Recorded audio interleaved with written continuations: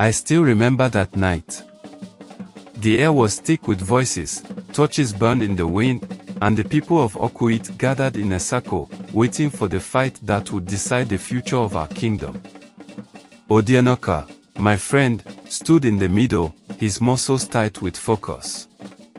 Across from him, Prince Ikenga sneered, his hands already curling into fists. But this story doesn't start in the ring. No, it started long before that, when love and duty clashed, tearing the kingdom apart. The kingdom of Okwu-ite had always been strong under the rule of our king.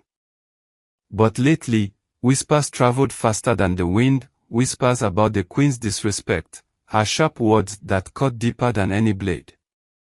She spoke against the king in front of his chiefs, laughed at his decisions, and made sure everyone knew that she did not fear him anymore.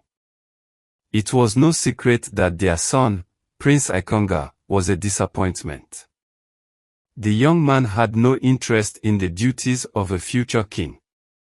He spent his days drinking palm wine, chasing women, and starting fights he couldn't finish. The people talked. The elders shook their heads. And the king, ashamed of his son, started looking elsewhere, asking his chiefs for advice on a possible solution. One day, one of his chiefs came to the palace and advised him to marry a second wife who might give him a more worthy heir, seeing that the prince is useless. But the queen was no fool. She would not let her power slip so easily.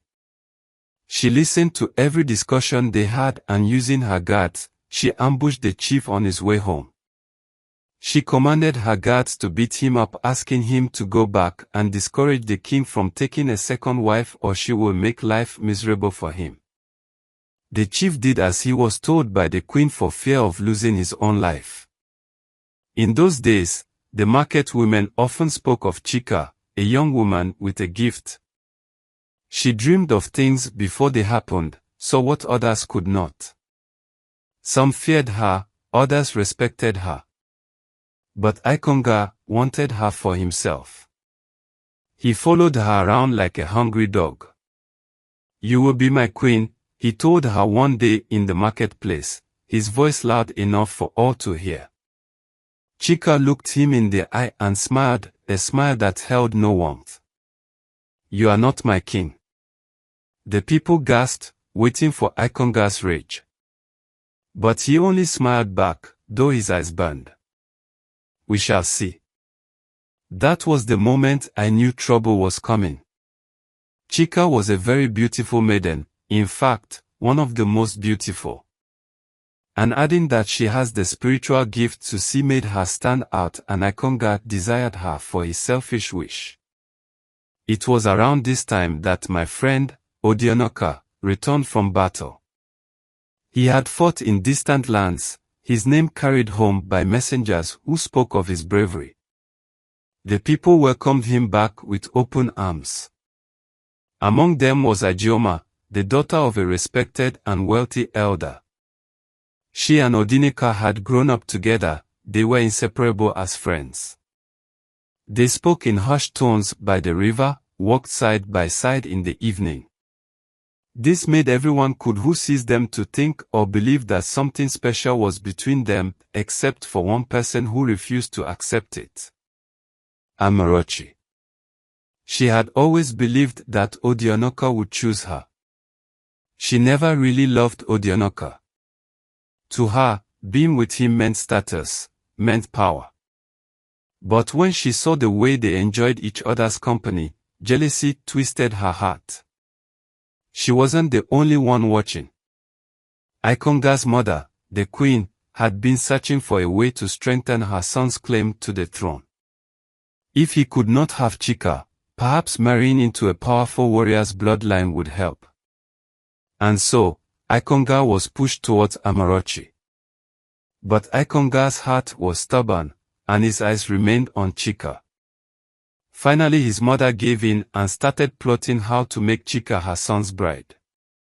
One day, the king was distressed and wanted to discuss something with Ikenga, his son. He called him into the king's chamber. When Ikenga arrived, he made it clear to his father that he had more important things to do than to listen to him.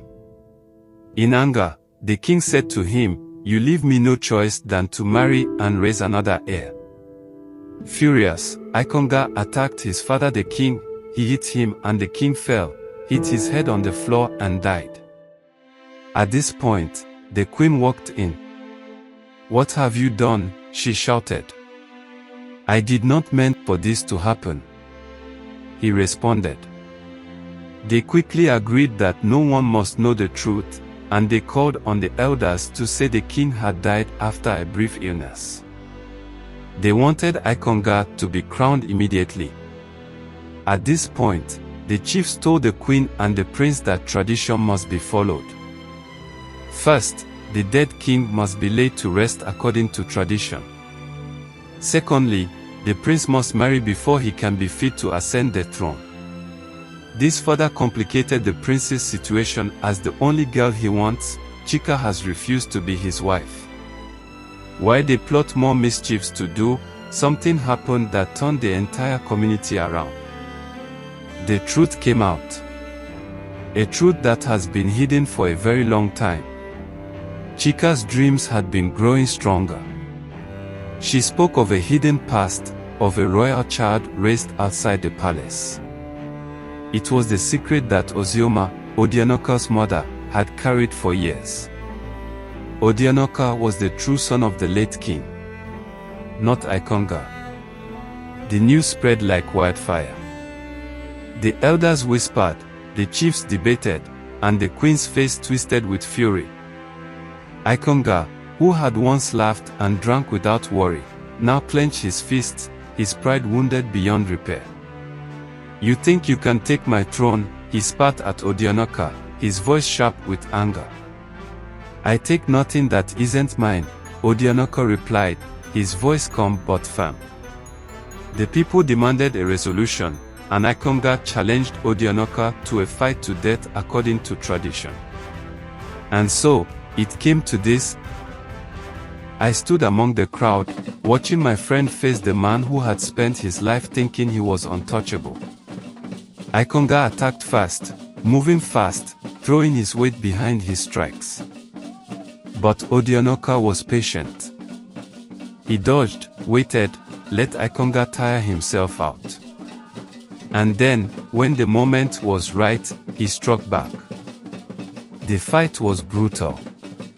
Blood stained the ground, but in the end, only one man remained standing: Odinaka. The people erupted into cheers, their voices shaking the night. Ikenga lay on the ground lifeless, his mother's face twisted in shock. She has lost. The throne was no longer hers. The queen's power crumbled with her son dead. The new king, Odinaka, made his decision. He gave the queen a choice: exile or execution. She chose exile, disappearing into the shadows of the world. And Odinaka, he became our king. By his side as his queen, stood Chika, the woman who had seen the truth before anyone else. Together, they led Okwu-ite into a new era, one built not on deception, but on strength and justice. Even now, when I sit by the fire at night, I think back to that time. I think of the battles fought, the love that endured, and the duty that could not be ignored. And I wonder, if Chika had chosen to ignore the message of the gods, would we still have the kingdom we have today? Some questions have no easy answers.